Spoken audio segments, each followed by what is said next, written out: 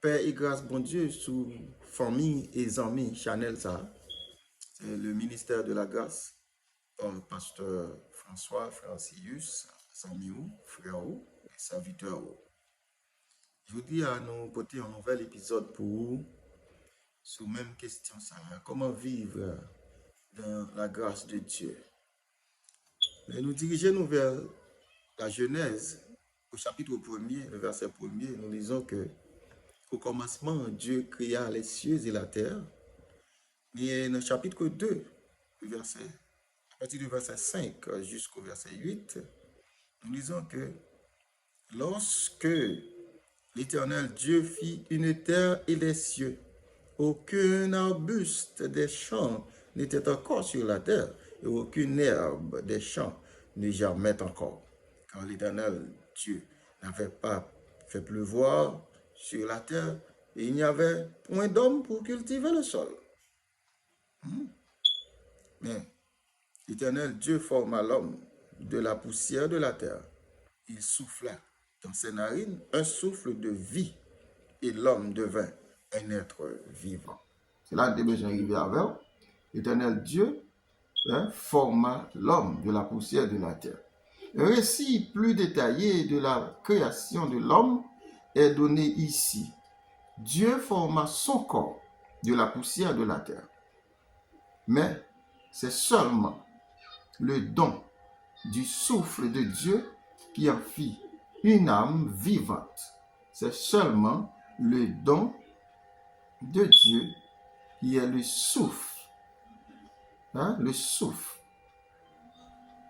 qui fait de l'homme un être vivant. Le souffle que Dieu a mis dans l'homme. Le souffle de vie. Nous aller plus loin dans verset 15.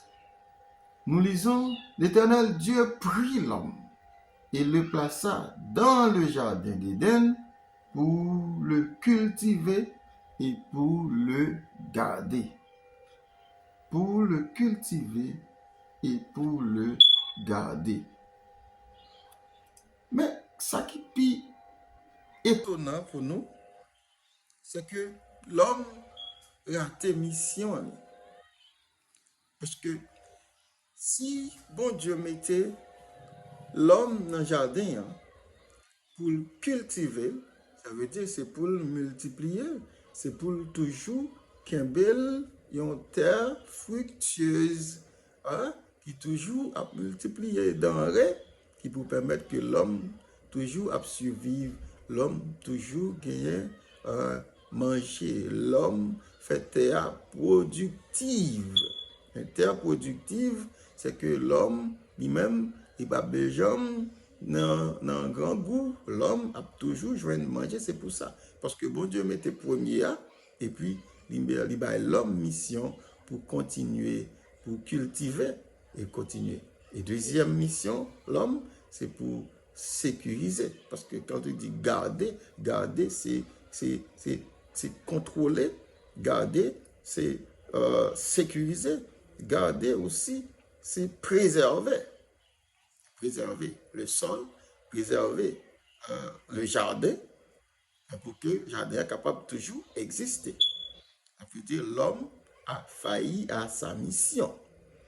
Ok, on peut aller plus loin pour nous dire que l'Éternel Dieu te fait former l'homme et le placer dans le jardin. Eh bien, il peut aller l'homme yon l'ordre. Yon l'ordre. Et qu'on y a, nous allons dire que l'homme, eh bien, vient recevoir l'ordre de Dieu pour que, non seulement pour le garder comme mission, terre là, jardin, et pour le cultiver, mais mission qui est plus étonnante, on continue pour nous dire, versets 16 et 17, l'Éternel Dieu donna cet ordre à l'homme.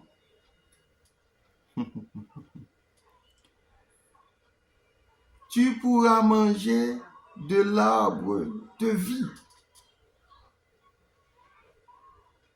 tu pourras manger de tous les arbres du jardin. Tout arbre qui a envie, tout ça manger, qui pour bon pour le corps, qui pour bon pour vous, qui pour bon pour nous, vous capable de manger. Mais tu ne pourras pas manger de l'arbre de la connaissance du bien et du mal. Ça fait me comprendre qu'il y a deux types d'arbres au jardin d'Éden. Le premier type là, c'est tout arbre que l'homme est capable de manger pour capable non seulement, qu'il ait belle envie. Ça n'a pas besoin d'être dans les détails pour nous détailler pour les types d'arbres. Mais nous allons aller dans le sens biblique. Jean le dit là, c'est que nous ne pas retirer, nous ne pas qu'à mettre, parce que si nous retirons, si nous mettons, c'est péché. Le Seigneur voulait pour que nous disions exactement ça, nous, sans que nous ne pas mésinterpréter la parole de Dieu. Dit que, c'est que l'arbre de vie et aussi l'arbre de la connaissance du bien et du mal, c'est deux différents arbres du jardin. On a prêté dans le cadre de Dieu. Et aussi, seulement l'homme pourra manger ce qui est mangeable au jardin.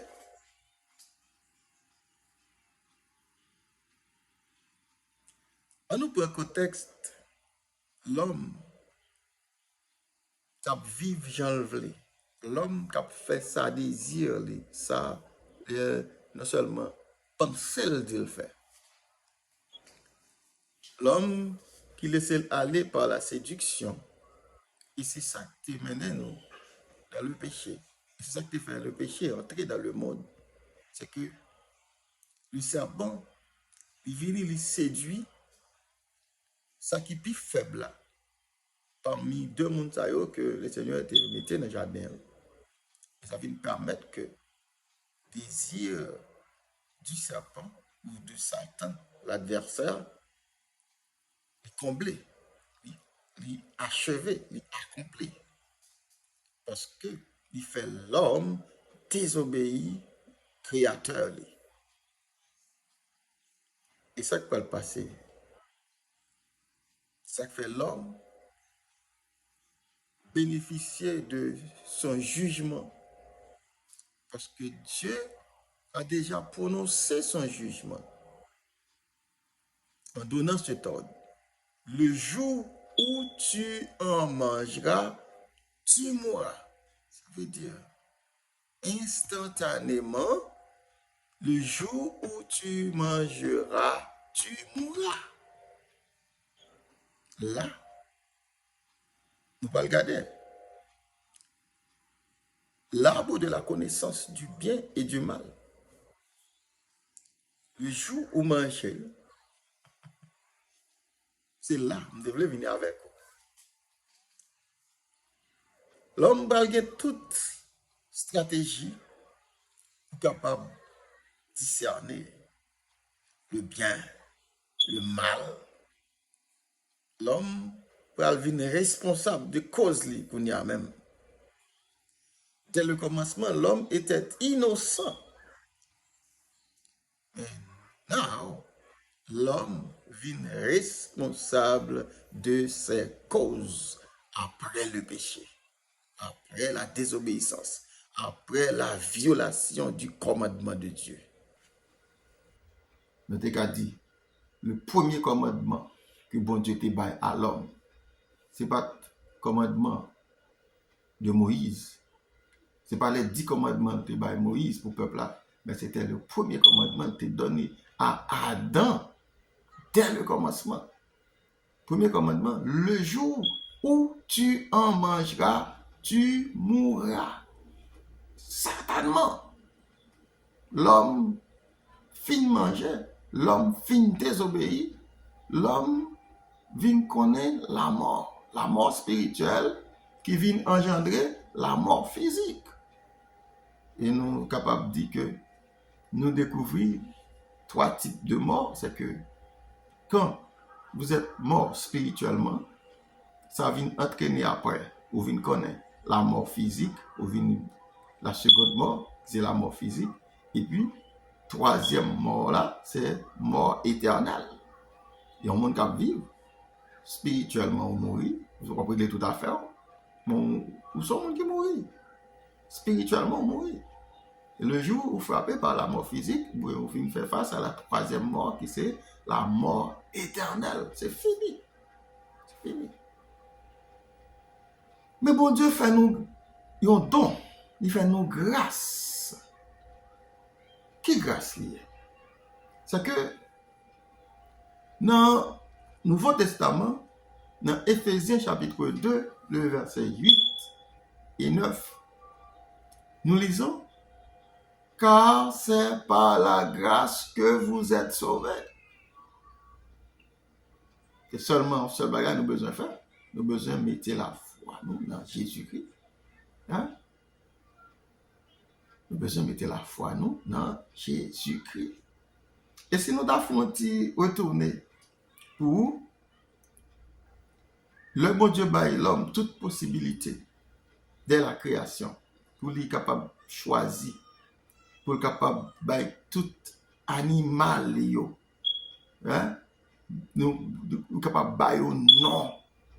L'homme te gagne toute potentialité ça, toute puissance ça pour le bailler bête, toute espèce pour le bailler au nom. Il est capable d'identifier parmi eux mâle et femelle. Et non seulement le film fait ça, ça capable permettre que l'homme puisse discerner dans le temps mâle et femelle ça qui est semblable à lui-même. Et l'homme ne vient pas trouver un être semblable à lui. Hein? Une être semblable à lui. L'homme va trouver une femme semblable. Et le Seigneur Dieu pourra faire l'homme endormi. Il pourra prendre une côte dans l'homme. Il pourra former femelle là. Parce que l'homme est déjà mâle là. Hein? Et voilà. Qu'on a, eh bien, le Seigneur pourra permettre que l'épouse là pourra venir. Eh bien, qu'il aime Dieu. Partie ça, c'est préfiguration de Jésus-Christ. Ça dit bien. Qu'il aime répondre encore pour Adam avec Ève, son épouse. Hein? Ève, son épouse, qui sortit dans le corps, c'est préfiguration de Jésus-Christ que l'Église sortit dans le corps de Jésus-Christ. Parce que à la croix, il a percé corps. Sans sortir, de l'eau sortit. Et c'est là l'Église prend naissance. Corps Jésus-Christ. L'Église. Et le péché pour le fait que femme vienne accoucher à douleur et qui fait jodi l'Église malgré le sorti dans le corps Jésus-Christ, mais l'Église a souffert à douleur. L'Église a souffert à douleur.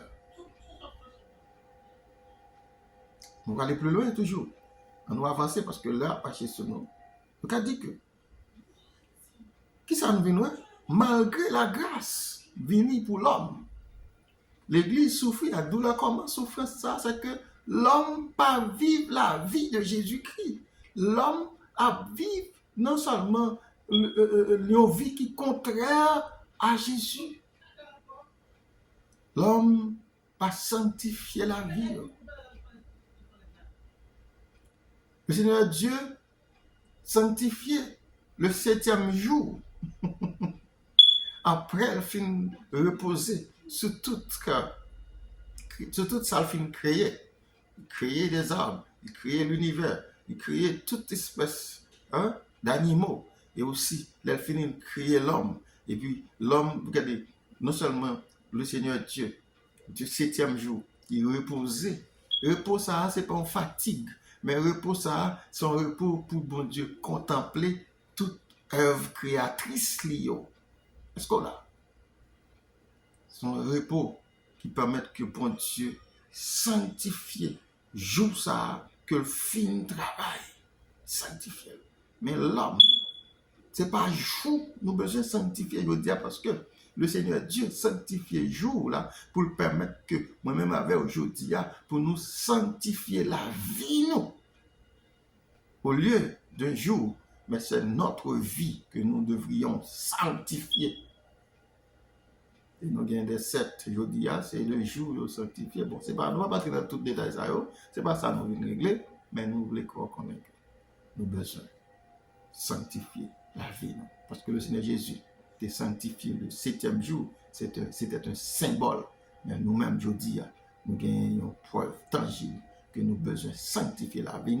Ce n'est pas un jour, mais c'est la vie. Nous, dans Christ, nous avons besoin de sanctifier. Nous continuons pour nous dire que l'homme a perdu dans sa mission. Dans Ecclésiaste chapitre 11, le verset 9, et aussi dans le chapitre 12, le verset 1er, il dit même bagaille. Nous allons regarder comment bon Dieu utilisait le roi Salomon, le sage, le plus sage, pour être capable non seulement prophétiser sur la vie de l'homme, pendant que l'homme décidait pour vivre propre vie. Même bien l'homme te fait dans la création. Parce que l'homme fait un choix pour être capable de désobéir à Dieu, mais c'est son choix pour vivre la vie personnelle, ou son choix pour responsabiliser dans son affaire. Parce que l'homme a une connaissance de bien et du mal, et là, ça connaît à tout son fait, pour être responsable. C'est ça que je dis. L'homme n'a pas de problème pour vivre la vie. Parce que non seulement il a connaissance du bien et du mal, mais il fait mal, il fait bien. Tout ça, il fait penser, il est capable, non seulement satisfaire propre désir. Parce que tout mal pour l'homme, tout bien pour l'homme, il va aller à l'encontre de la parole de Dieu. Ecclésiaste chapitre 19, chapitre 11, le verset 9, et aussi chapitre 12, le verset 1er, nous lisons: Jeune homme, réjouis-toi de ta jeunesse. Livre ton cœur à la joie pendant les jours de ta jeunesse. Marche dans les voies de ton cœur et selon les regards de tes yeux. Mais sache que pour tout cela, Dieu t'appellera en jugement.